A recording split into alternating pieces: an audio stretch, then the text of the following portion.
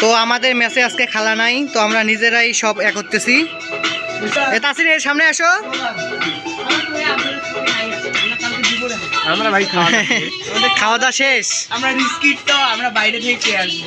তাই হ্যাঁ, আমরা বিরিয়ানি অর্ডার দিয়েছি, চলে আসলে আমরা খাবো। আমরা কি এখানে কাজ করে খাবো? ওরা আও। তো এখানে কাজ করতেছে আমার বন্ধু নাফিস, এবার ছোট ভাই। একটু দেখা দেখা। আমরা কালকে দুপুরে খাবো। আমি তো চলে যাবো।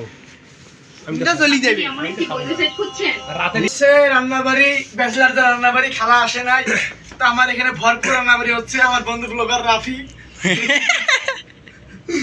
রাফিকে হাড়ি খিদা হয়েছে, খিদের মধ্যে আর কথা বলতে পারতেছি না। I am very hungry and tired. Hungry and tyre.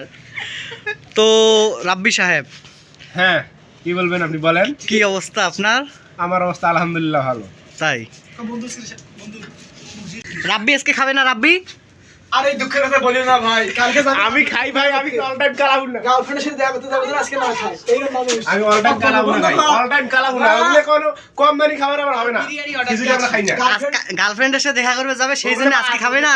Girlfriend noodles Dhaka hotel menu দিছে, নুডলস, পাস্তা, খিচুড়ি, সেমাই, কি জানিস সেটা তুই দেস। বলছে আমি দিয়েই খাবো লাচ্চা, তারপরে একটু নুডলস।